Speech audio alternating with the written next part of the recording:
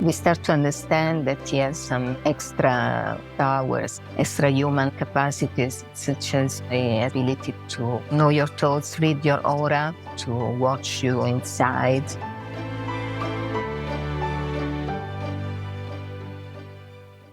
Hello, and welcome to Life with a Lama Healer. Today, I'm really excited to have as our guest Maria Cristina Quintili. Maria has been a long time friend and long time friend of Lama Gangchen, and dating back to, I think, 1989 when she first met Lama Gangchen, traveled all over the world with Lama. And today I'm joined by Ivan Ulrich, which I'm very happy that we get to do this interview together with Maria. And Maria is a longtime teacher of children in Italy, children of special needs. And she also teaches languages to children of special needs. And she is a longtime student and teacher of Lama Gangchen's healing methods. And she leads the chants at our Temple of Heaven in Albagnano. And also, always led the practices, many of the self-healing practices, all the, higher yoga tantric practices. She always was up in front. She had this incredible capacity to learn these practices and many of the advanced practices as well very quickly, and then was able to share them with the rest of us. And she also had this incredible connection with Lama Gangchen, where Lama would say some of the chants or saying some of the practices. And even when he was in the midst of creating them, she understood where he was going and was able to repeat them and translate it so that the rest of us could benefit. And she has this boundless energy and commitment to serve and help others. And I've witnessed this so many times. And just an incredible, really bodhisattva. So please join us in welcoming Maria Cristina. We're really excited about this podcast about the life of the great Tibetan Lama, Lama Gangchen Trulkhor Rinpoche, who was born in 1941 in Tibet and trained by many of the greatest Tibetan masters. He traveled to the West in the 1980s, bringing with him the inner peace teachings of the Buddha. Lama was one of the greatest living humanitarians and spiritual masters of our time, and part of an unbroken lineage dating all the way back 2,500 years to Shakyamuni Buddha. So our vision in creating this podcast is really to preserve and share the remarkable stories about Lama Gangchen's extraordinary life. We'll interview senior students and longtime followers who worked with Lama Gangchen, traveled with him, studied with him, witnessed and experienced his incredible healings and miracles. So these stories, they're really precious jewels and inspire us to really see what's possible when we follow the inner peace teachings of the Buddha. So it's a real honor and privilege to bring these stories to you and the methods that really help us to reframe our sufferings, which brings us more inner calm, the ability to be more in the present moment with less stress and anxiety and fear, and to, experience more joy in our life and more peaceful in our life and more meaning really in our life. So please stay tuned for our conversations from this very, very rich spiritual heritage coming out of Tibet and the incredibly joyful, inspiring, mind-blowing, funny, touching stories about the remarkable life of a Lama healer, our beloved Lama Gangchen. Life with a Lama healer.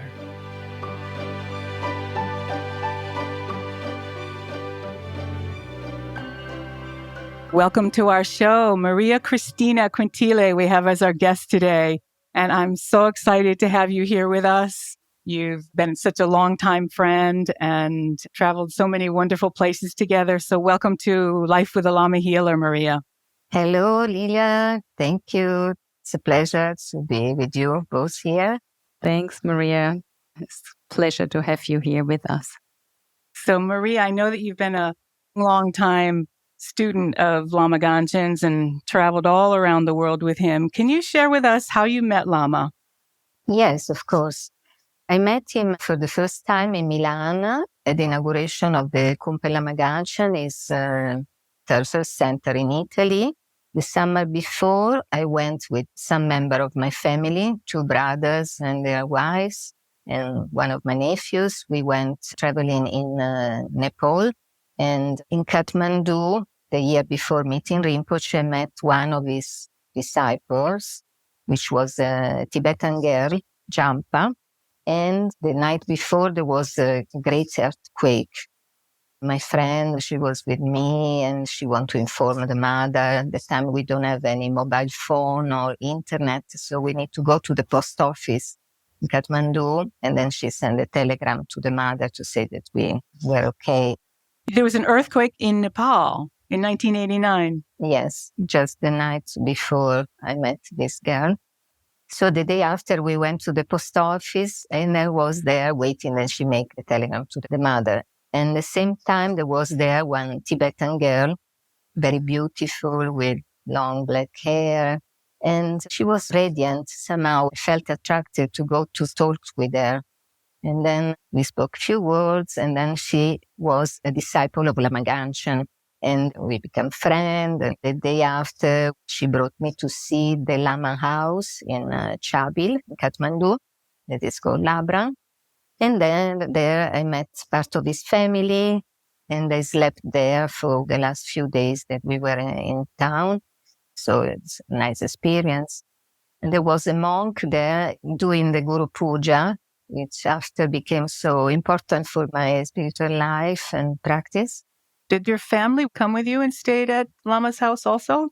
No, they were staying in Bhaktapur. Before we stayed together in Kathmandu, then they went to the south of the country to do some excursions and safari. And then they stay in Bhaktapur. And we stay in Kathmandu, me and my friends.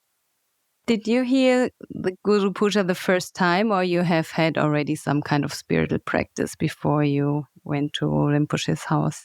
Yes, actually I met there in Kathmandu in the Swayambhunath Stupa monastery on the top of the hill. There is this big stupa. And also there were some monks performing the Guru Puja, which is also recitation with the offering of food. So I sat there and I didn't want to move before the ceremony was finished. And so I stayed there and get the kind of experience like a spontaneous meditative state. I was sitting there, I was practicing yoga at that time, so I had some familiarity. But this Guru Puja was a special moment. The first time I heard there in Kathmandu, the second in the house of the Lama. So if you said it felt familiar to you. I felt completely at ease and comfortable, and the vibration of this mantra recitation of the monks were like calming my mind. I spontaneously feel natural bliss and inner peace state of mind. Maybe you can tell us a little bit how you met him. Did you meet him in Kathmandu or then later on? No, I met him later. He was not there. He was with the Panche Lama in Lhasa, in Shigatse actually. And then this girl was showing me the picture of Lama Gangchen with the Panche Lama and the other Italian friends who were there. And later on, when I came back in June in the 1998, this trip to Kathmandu, it was the July and August 88. In June 89, I went to Milan because this girl, Champa, wrote me a letter and she said, look, Lama is going to open a Dharma center in Milan. So the best thing for you if you can go there and meet him directly. And so I went there and I organized my trip. At the time I was suffering from panic attack, some kind of anxiety. So even if I traveled the world, to travel alone for me was an issue. I felt that something very important was going to happen in my life, so I felt even more worried. Finally, a friend of mine was going in Milano that weekend, so I got the lift. He was staying in a hotel just behind the Lama Gangchen, everything easy, smooth. So finally I went with him and I met Lama Gangchen for the first time. At Kumpen? At Kumpen. I went there as a patient, actually, because I have some healthy problems. So what was that like for you? when you first met him? Yes, it was in the evening. We wait for him. And when I saw him, I was very impressed. I felt something really special, some old connection there probably. And then he gave me appointment for the day after at 8 o'clock in the morning. So in the night, I could not sleep. I was completely overexcited, something, Yeah, I remember the first time I met him, I couldn't sleep that night either. And you didn't know what it was, but you knew it was something special. Right? Possible to sleep. And so did he heal you of what you went to him for? Yes, he visited me and he gave me some herboristic remedies, some pills, and then he suggested me to buy some books. The advice was also to participate to the initiation, which was planned for the inauguration of the center. I think I met him on Friday, and the day after there was the inauguration. So I participate, and it was great also. Yeah, very auspicious time to meet him. And Maria, you grew up in, was it South Italy? In the center of Italy, actually, yeah, it's in the Marche region, couple of hours from Rimini. I don't know, on the East Coast. If you know where is Tuscany, it's on the opposite side, on the East Coast. There is this region called Macerata Marche, actually. Yeah, okay. But you ended up traveling all over the world with Lama Gangchen. So this fear or this anxiety that you had about traveling alone, you obviously overcame that. Can you tell us about that? Yes, it was not an easy result, but was gradually I learned to travel with him, with the group. Actually was very advanced in the time because not many people was traveling, flying in the early 90s. Yeah, especially to some of the places you went to, Tibet, Mongolia, India. Exactly. Slowly, he was learning us via traveling together with the group to overcome our problematics, our fears, and to go with the other people, to be more open to the others. It was a traveling therapy. I love that. Traveling therapy. Yeah. When was your first trip with him, Maria? Where did you go with him the first time? I was to Tibet with him for the first time. It was 1990 or 1991. And Lama Michel was with us, with his family. He was a little boy. It was also his first time. Wow. What was that like? 1991, I'm sure, is so different than some of the times that we went in the 2000s because it's all the roads that came in. And in that time, what was that like in Tibet? Yeah, it was much different than later when we went because, first of all, the passport control what we were doing because we were seeing like spies. I don't know. It was not easy. The government was watching everyone. Yeah, I was watching a lot. And also there were some Tibetans who work with the Chinese authority and they all traveled with us. There were then jeeps full of policemen and they overwatch us. But the beauty also was much more pure to the ancient time before the many different restoration and they came after. Before all the building came and the roads and the building up the cities. Yeah, different style. Well, that must be quite challenging at that time, or in terms of the altitude and traveling to Tibet is not an easy endeavor. So how did you manage that in particular? Because you shared that you had some anxiety for traveling, but going to Tibet is, I think it's quite a challenge. Yes, it's true. But I developed trust in him since the beginning. In the beginning, I felt a little bit scared because I felt really his energy. I don't know. It's probably because we had a connection in previous lives. So I felt and developed strong trust in him that was spontaneous. So he was a Lama healer. So I recognize him as my healer. So I completely rely on him. And also, generally speaking, I like traveling. And it was a kind of adventure to go there. Yeah, you picked a big one for your first one. Yeah, big adventure. Yeah, yes, Amazing. exactly. You know, it's so interesting when we've talked with people who've been longtime students of Rinpoche's, everyone says trust, how much they trusted Rinpoche. they'd say, I could always trust him. Can you say a little bit more about that, Maria? That experience of trusting him? First of all, we live together. We travel together. We have many experience. Follow him. We start to understand that he has some extra powers, extra human capacities, such as the ability to watch you inside and know your thoughts, read your aura. They told us, I can see person, how he or she walks, and what is their problem. I can read their aura.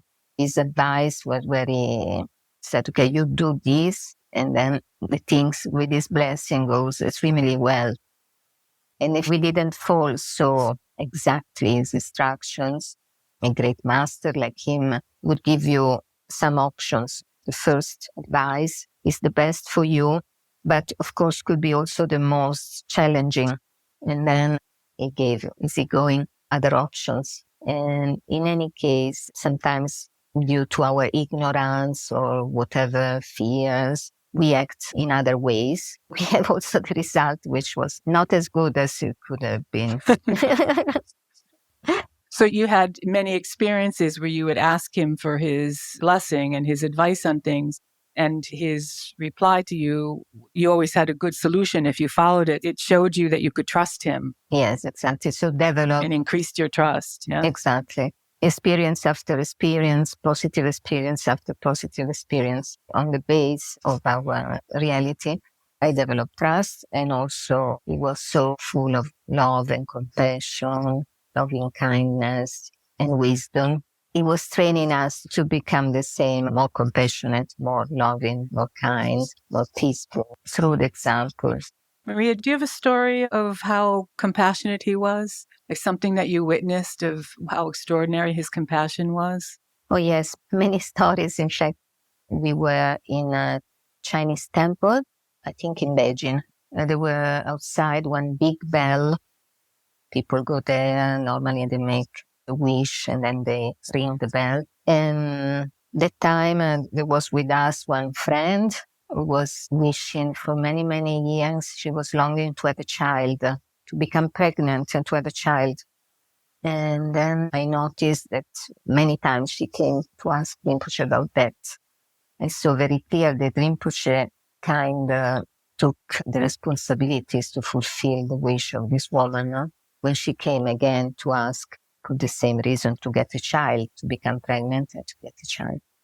And then Lama Gangchen, he was very patient because we often go with many repetitive questions and requests to him.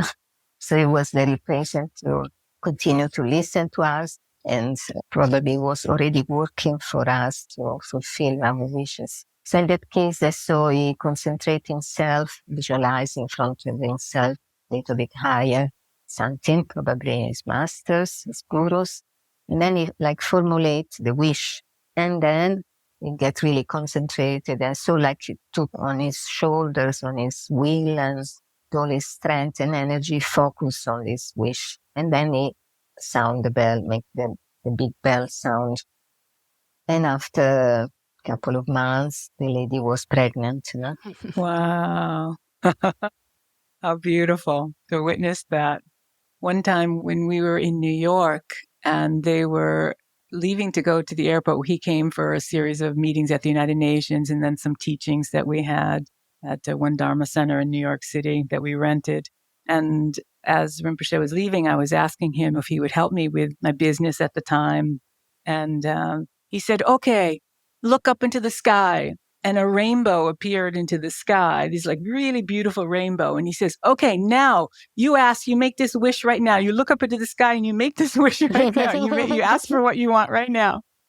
It was so beautiful. I had never seen him do that before, directing me to the rainbow. Make this wish and request. Yeah, we have seen how often Rinpoche created rainbows. Did you observe that many times, I assume, when you traveled with Rinpoche, that was able to create these rainbows? Yes, thousands of rainbows, many rainbows. Yes, sometimes he explained also in the teachings. They said, for instance, in Amazonia forest, when we're there, also many rainbows manifest. And then generally when we do the practice, when he appears, often rainbows appears.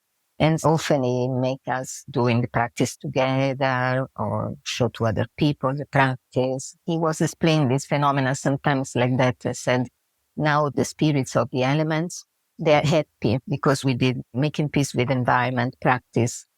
So we clean the space, we clean the elements. Is ability that he developed to control the elements, the inner elements and also the outer elements. Actually, it passed to us also these instruments, for instance, with the self-healing practice of making peace with environment. It's a quite simple method that if it's applied, we also become able to purify our inner and outer environment and elements.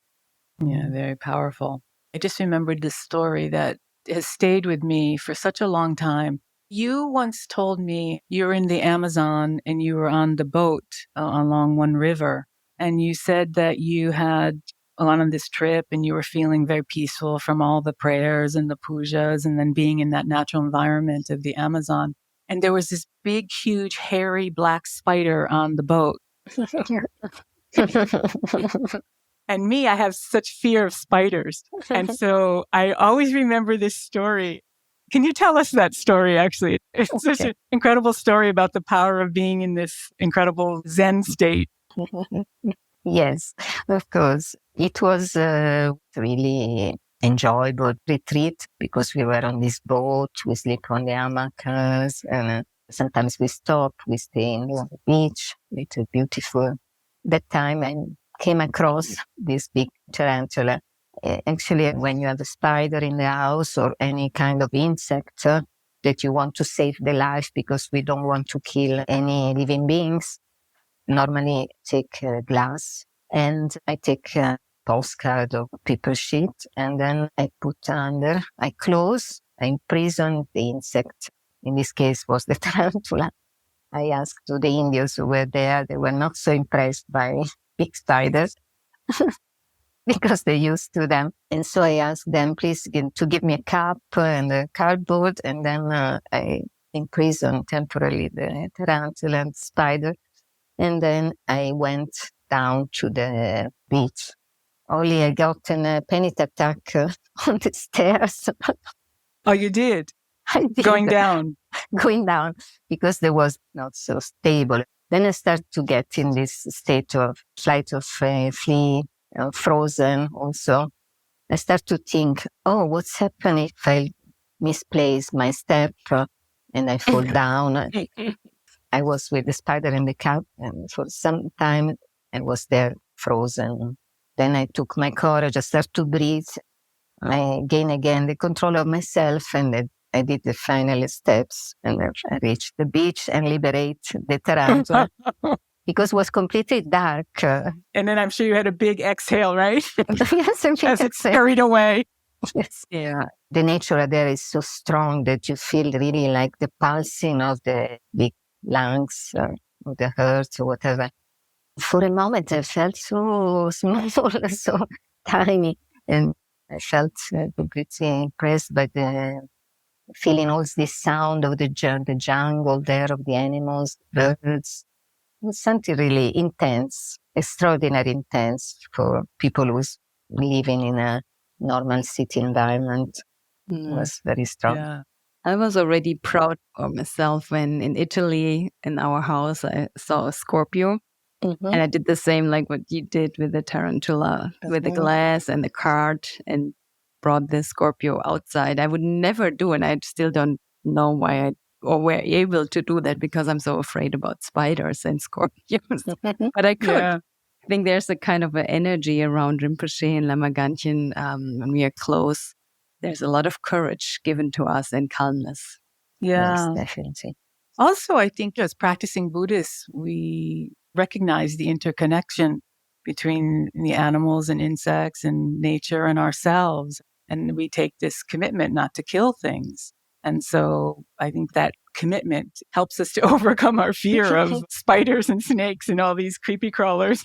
To make friendship with them, at least don't kill them and then Yeah. Maybe. I actually like to take this a little bit further because this is so important nowadays because so many of us are disconnected from nature and disconnected from recognizing this interdependence of that animals and insects and the trees and the sky and the environment is a part of us. There's this total interdependence.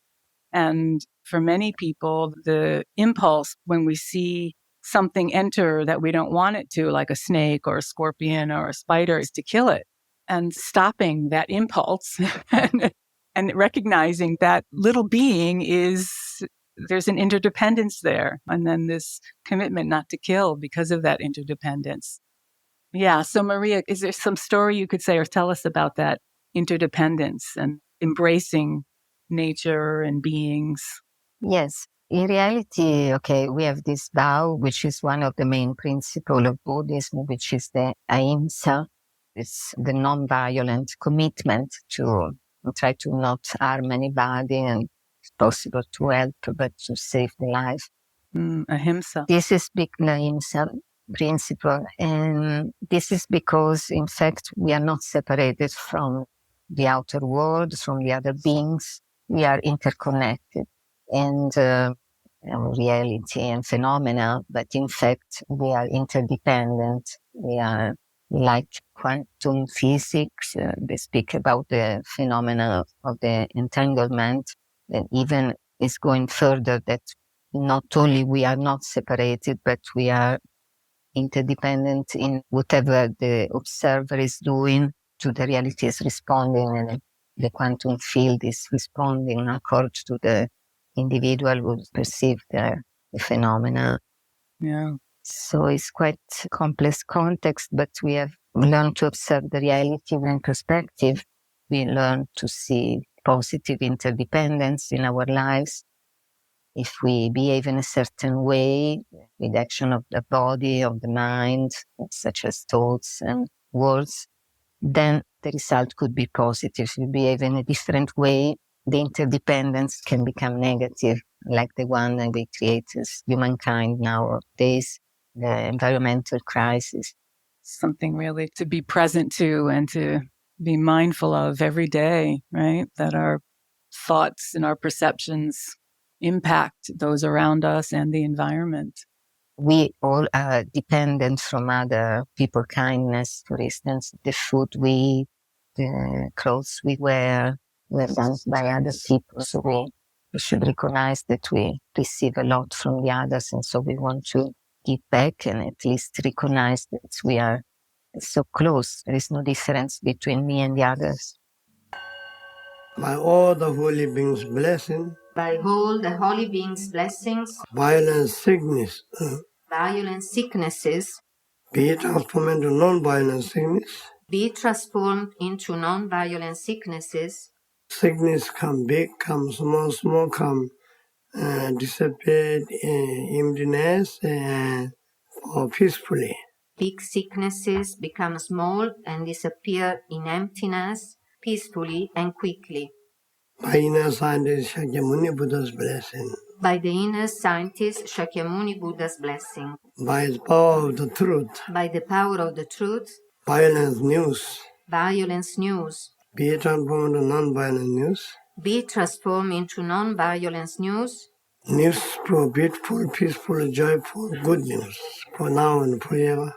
In you, they may be transformed in news, peaceful, blissful, joyful, and positive now and forever. By inner scientist Shakyamuni Buddha's blessing. By the inner scientist Shakyamuni Buddha's blessings. By the power of the truth. By the power of the truth. Financial problem. Financial problems. Be transformed into no financial problem. Be transformed in not financial problem. For financial come true through increasing luck, beginning into full moon. May the financial increasing like a full moon. Like beginning moon to full moon. Yeah, from the beginning, from the black moon to the completely full moon. By inner scientist Shakyamuni Buddha's blessing. By the inner scientist Shakyamuni Buddha's blessing. Love and compassion. Love and compassion. Harmony and joy. Harmony and joy. New bliss and emptiness. New bliss and emptiness. physical and mental healthy, physically and mentally healthy, inner and environment peace, inner and outer environment peace, inner peace and world peace, inner peace and world peace, by inner scientist Shakyamuni Buddha's blessing. by the inner scientist Shakyamuni Buddha's blessing. Inner peace is the most solid foundation for world peace. Inner peace is the most solid foundation for world peace. By inner scientist Shakyamuni Buddha's blessing. By the inner scientist Shakyamuni Buddha's blessings. And Maria, you mentioned also that you were observing Lama Gangchen as a healer and healing patients and people. Can you share a little bit more around your experiences from his healing capacity?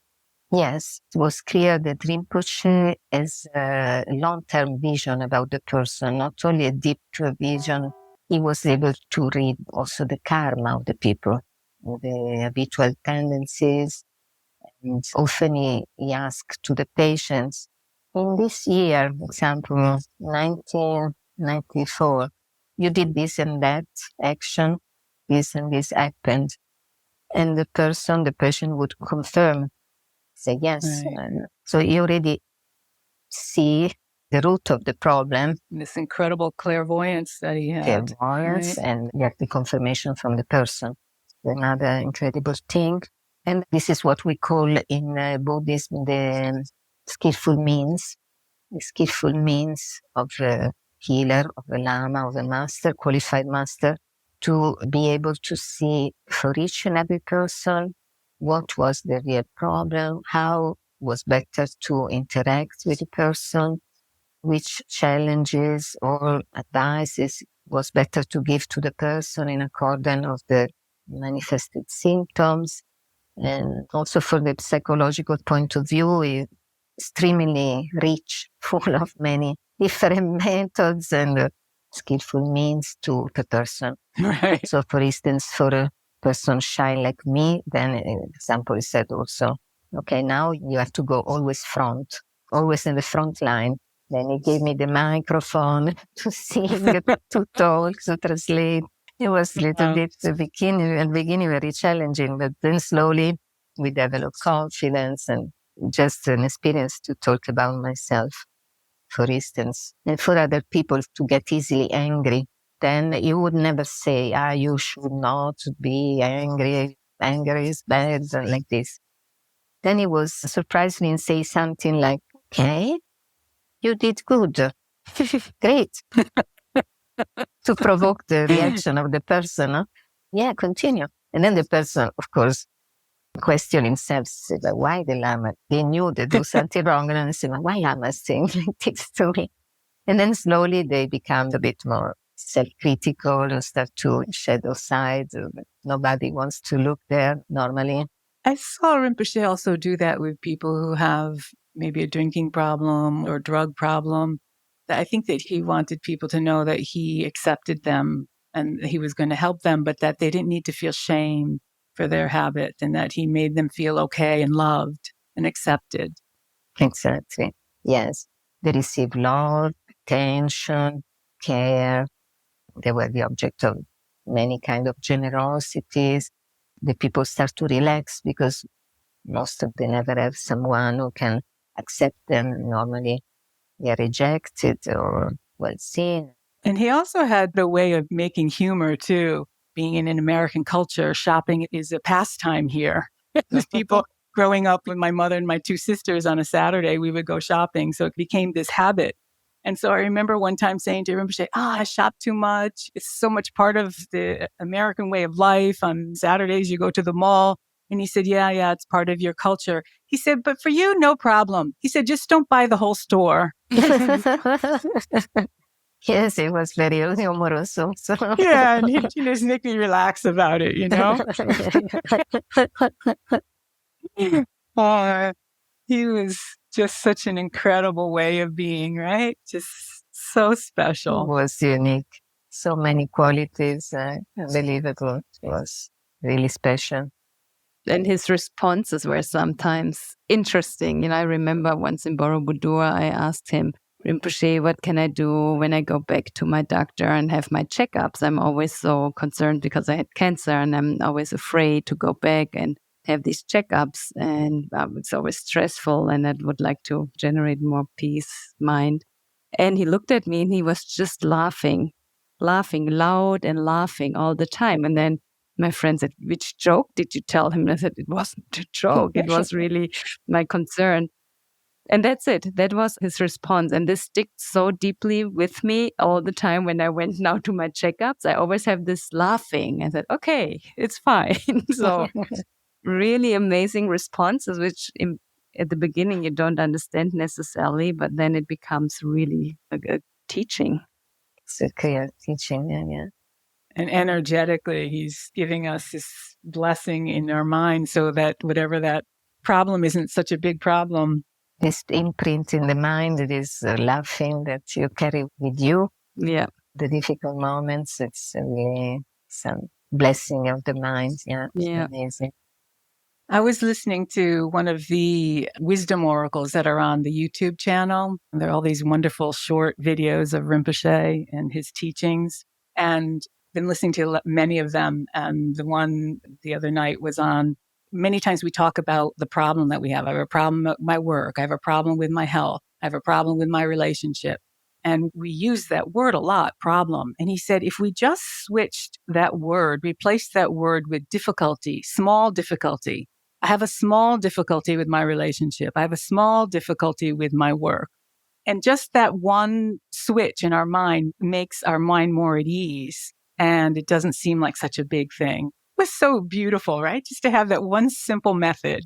Yeah, it's a matter of perspective. And what he also told to me many times, and also in the teachings to everybody, he said, just a little bit moving. And he was moving like changing perspective. Let's just switch a little bit to the side to see the same problem, a little difficulties, or maybe you can laugh at it, and then you restore your inner strength. And he was really able to do this for us and for everybody. Actually, another quality was this great equanimity. Was completely devoted to the well-being of all beings, even if they manifested as enemies sometimes or in opposition to him. This great heart, and like to help everybody. And he was able to see exactly what each and every person need the most. Yeah, that was incredible quality of his. So incredible. People who were thieves or people who were acting in such negative ways, he never reacted to their negativity because he had this ability and capacity to help them and to see where it comes from, what those karmic imprints are. I always wished when I witnessed that with him, I always wished I had the capacity to see where that was coming from with people. Remember, there's one man who was always stealing, and Rinpoche related to him just that he was going to help him, and he did. And the man stopped stealing over time, but he went through this phase of stealing a lot to purify his karma. And Rinpoche just stayed with him and supported him and understood the causes, but also understood the method to help him get free from that. Incredible. Exactly. And then he never abandoned anybody. He often says, for me, if you are my friend, you are my friend forever. It's not that today yes, tomorrow no. There's some people, sometimes they change, they react in a different way. And then he said, oh, this is their problem. I'm still their friend. If they don't want to be friend with me, it's their problem. But for him, it was forever. So people feel very well received by him. In any time of the day or the night, people call in his house, and he was in contact with all the disciples from any part of the world, of the globe. They have full access to him. And then sometimes was even for an ordinary person was not possible to sustain such great openness to all the problems of the people or difficulties all day long. All day long, he was talking to people about their difficulties, right? Yes, from all over the world, people on the phone, people in person. I remember one time when we were in Bobador, the night that we were leaving, as you all know that when you go to Bobodor, you get up very, very early, 4:30 in the morning. And, all morning you're going out to the temple and it's hot and it's sweaty. And in the afternoon, evening, there's teachings. And so it's a very long day. And Lama's helping people all day long in a very hot climate. And so it was about 9:30 in the evening, and we were leaving the next morning to fly back to the US. And we went into his room, and he was just being served dinner. Someone had just brought a tray for dinner. And he looked up at us, and I said, "Oh, no, Rinpoche, we'll come back later. We'll come back later." No, come in. He takes his tray of dinner and puts it to the side and sat with us and talked with us about our trip and what was happening in our lives, wishing us a safe trip back. And I have no idea when he actually ate his dinner, but that was another example of what an extraordinary human being he was. He's not a normal being where the person would say, "Come back later after I eat." He was always giving his time and his love. Talking about his meals, also most of the times he distribute the food and also his meals to the guests who were in his bedroom in his house. Then he took out from his plate and sharing food, sharing the drinks, whatever. Yeah. And it was such an honor to receive that. Yeah. Maria, how did you become a Omtse? Because when I joined and saw Rinpoche the first time in visiting Albagnano, the first thing I experienced was your wonderful Guru Puja you're doing and teaching and doing as an Omtse. How did this come to you? As I said before, I was a very shy person, and Rinpoche transformed my life, and then he put me in a situation where I have to do the choir leader, chant leader, something like that. It's the translation of Umze in Tibetan, which for me was something like terrifying to sit with the microphone, and then also have to recite all these Tibetan in Tibetan syllables, which are quite difficult, and a little bit dyslexia also. So sometimes I misplace the syllables, and it was really hard to learn. This process was really a big training for me, for my mind, mental training, but also breathing training. And so actually was Rinpoche idea. It was his way to heal me from my kind of personality who would like to stay more reserved, more not on the front line. Right. So for me it was very difficult at the beginning. For many years I trained myself, and also because you recited Tibetan words with Dharma meanings, with spiritual meanings. So I was scared to make mistake. So I was really terrified and have to fight a lot inside myself. But Rinpoche insisted to keep me there in that position, even without my will. And sometimes he also said, even if you don't like, now you start with this spiritual path and then you have to continue. Sooner or later you will reach to enlightenment, even if you don't want. I love that. He used to say, like, you are on the path and you will continue. Even if you It was don't want. encouraging to overcome my self-limitation and limiting beliefs. Yeah. He had such an incredible ability to help us develop and help us grow in the way that was, best suited for our personality and our habits and our karma. You have a very wonderful skill of language, though. You speak several languages. I'm not so fluent in English, then I speak Spanish. I know a little bit, but... No, you speak great English. But Tibetan is very difficult to pronounce and then to sing it like you do, and then in front of a room. So your background in languages, you didn't feel was a part of you being able to do that in Tibetan?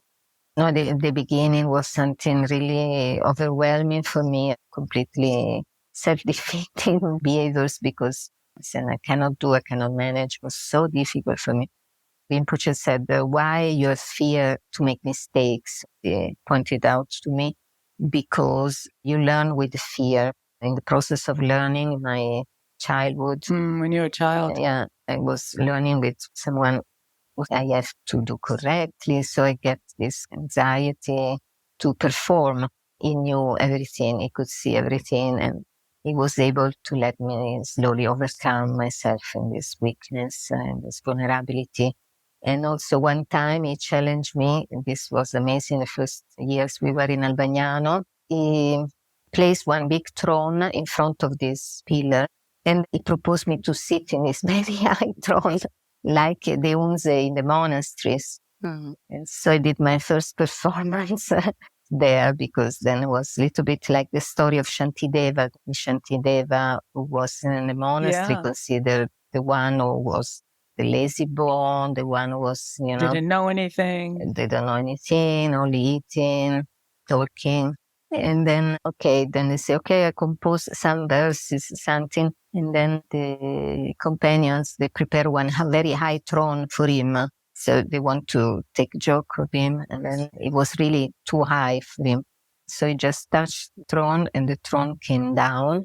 He sat there and then he started to recite the verses, which was the Bodhisattva Charyavatara, guide of the style of Bodhisattva life. And so it reminds me this, I was scared, but okay. Uh-huh. You were channeling Shantideva. Yes, exactly. If he can do it, I can do it. Exactly. Well, one of the things that was so remarkable about Lama Gangchen is that he empowered women. He was one of the very, very rare Tibetan lamas, especially the ones that were trained in Tibet. And he had so many women around the world who were leaders of his Dharma centers, like Ishtar with the United Nations and with the foundation. And Bell was starting the Dharma Center in Italy. And so many of us, me too, being a teacher of Lama Gangchen's methods, always empowering so many women to take leadership roles and to teach or to share or to express or to lead in some way. It was so beautiful to watch that, don't you think? Yes, exactly. He was advanced for his time and his culture too, because he always tries to help the women to be in a position of value, as he would say, to give value to the women, as you said, beautifully said, express, guide and share whatever according to their capabilities. And in Lama Caroline, she's the second elder of the lineage of Lama Gangchen. His spiritual son is Lama Michel and his spiritual daughter is Lama Caroline.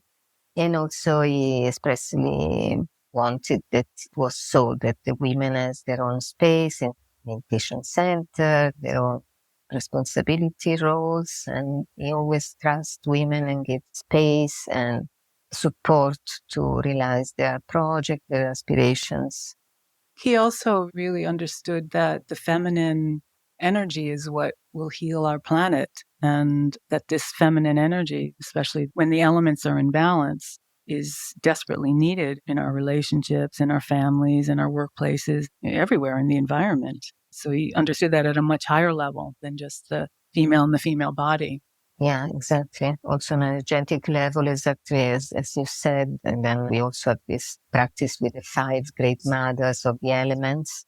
And energetic level, we can work on that feminine energy and interconnection between peace in the world and the women through the help of the wisdom and the love and compassion of the women.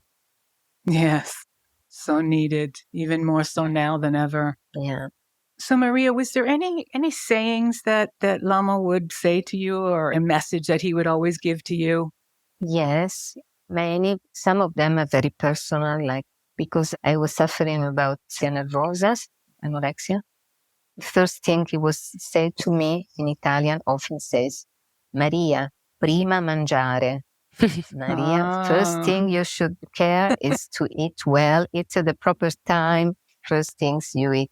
This was a personal thing to me. Also, I was using these sentences like slowly but quickly. It means you should proceed slowly at your pace, but at the same time a little bit quicker than usual, because to the slow people like me, to make them quick. I love that one. Slowly but quickly. I love that, because actually on a deeper level, you can think of it as slowly meaning relax. Have your mind be relaxed, but move quickly. Yeah, exactly. Or sometimes you would add a little bit quicker, Maria, a little bit quicker. He used to say to me, which I love so much and think about this all the time, is if you have big expectations, then you'll always be disappointed. If you have little expectations, then you'll always be fine. So always have a little bit of expectation. Wonderful. Yeah. So powerful, right? And then also another thing is said often, example, that we Westerns, we like to have everything programmed to the detail. We make many programs. Example, we have projects, we try to organize at best. But sometimes when something is not working, some details is not exactly as we plan, normally not. And then he said, we Eastern people, we just go with the trust. We know that we can trust our resources, the other people, the situation that will present it, and we'll find in ourselves the resources to face any difficulties or problems or troubles. And so the things, they're going smoother for them. He was giving this kind of example. Interesting. Even the act of building a home. There's a new home that was built across the street from us, and it's finished now, but for the last year they've been building. And it's quite a large home. So they had many pieces to put together. And I was thinking about the center in Albagnano and how many times the monks came and, lamas came to purify the earth and to ask the insects for permission and the beings that live in the subtle realm that we don't disturb their space and that everything become harmonious in the whole environment before anything got built. And there was this incredible mindfulness to not just breaking ground and start building it like your will, this is what I'm going to build. It was just this respect for the outer environment, having that lack of attention really to the fact that there's other things going on in that earth and the environment around it, and then saying the prayers or wishing for that the building be something that would be of benefit. So it was something that brings a whole nother level of attention to just a simple thing like building a house, or maybe not so simple, but it's an everyday occurrence.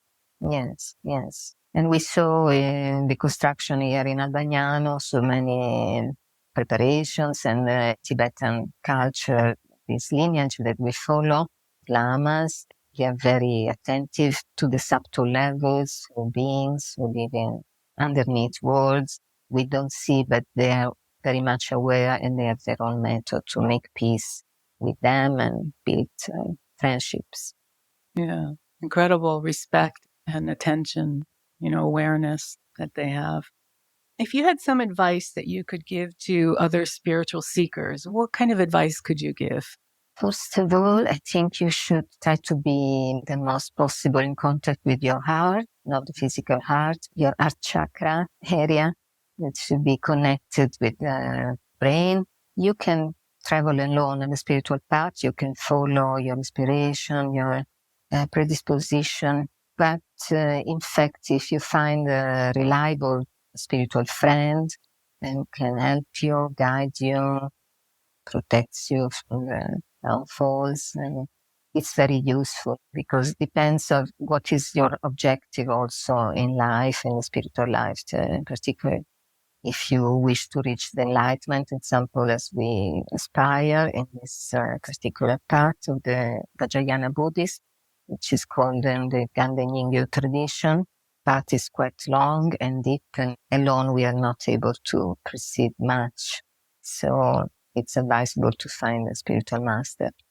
If you want to act on another level, if you have different aims in your spiritual life, also you can find some spiritual friends or community, like-minded people. You can share your growth, your doubt, and support each other on the way. So follow your heart and also specific of our lineage or traditions, we should find a master which is minimum, should have certain characteristics, but just we have to remember they have to know more than us, they should have compassion and love for us, will to teach to us, many other things, qualities. Yeah, the importance of having a teacher who can show us the way, someone who's already attained that higher state of consciousness and compassion, wisdom. And this quality that you spoke about that I so love, and I will remember this always, is that Rinpoche never gave up on anyone. Everyone was his friend forever. And to find a teacher like that is very rare. so helpful for our development, right? Yeah. We were very lucky to meet him and have the opportunity to live close to him, and we learned so much. Incredible. He was a Buddha of the Buddhas, as Danny Michelle said. Lama Gangchen was a Buddha of the Buddhas. Exactly. Yeah. Very nice. So beautiful. Guru Buddha, we call him. Thank you, Maria Cristina. This was such a rich and beautiful conversation, and you're filled with so much wisdom and insight and all your incredible experiences of your life with Lama. So thank you for joining us. Really loved you sharing your stories and so inspiring.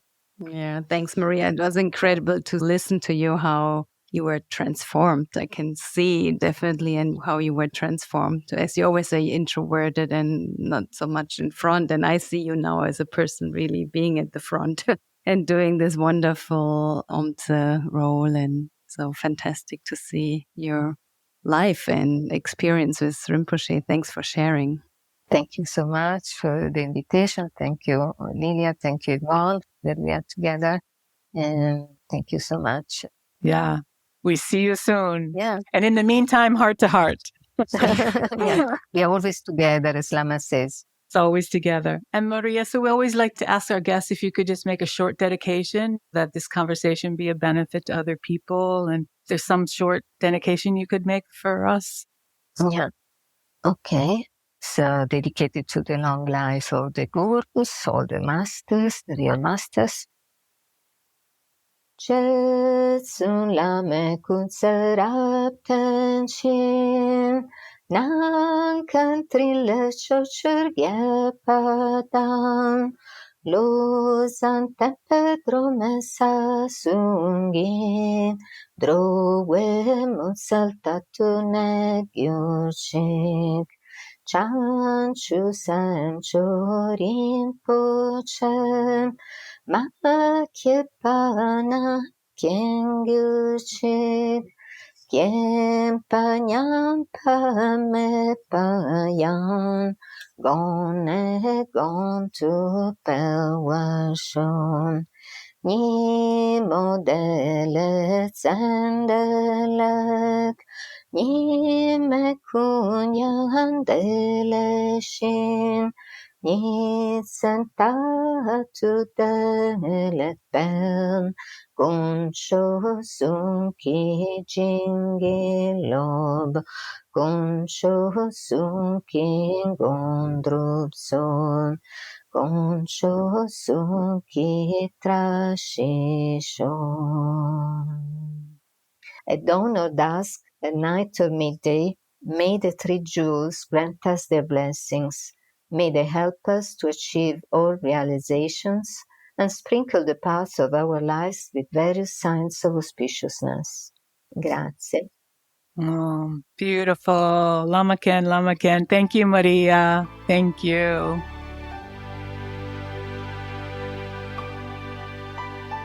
In Lama's gentle presence, anxiety did subside. Maria's journey of growth, a radiant tide. Through teachings and grace, she found her way, a path of courage and light day by day. From trembling to teaching, her spirit took flight. In Lama's wisdom, she found her inner light. With each step forward, her fears fell away. In the embrace of compassion, she chose to stay. From anxiety's grip, she broke free and soared. With Lama as guide, her soul was restored. A journey of healing in the Guru's embrace, Maria found peace in every step's grace.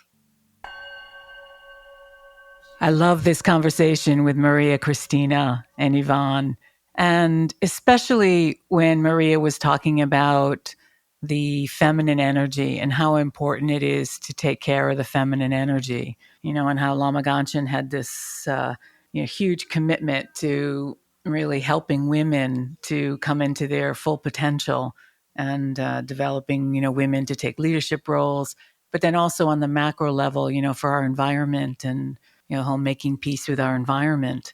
And so this honoring of the feminine that Maria, beautifully described, I think is so important right now, especially as Lama Caroline says, our planet's on fire right now.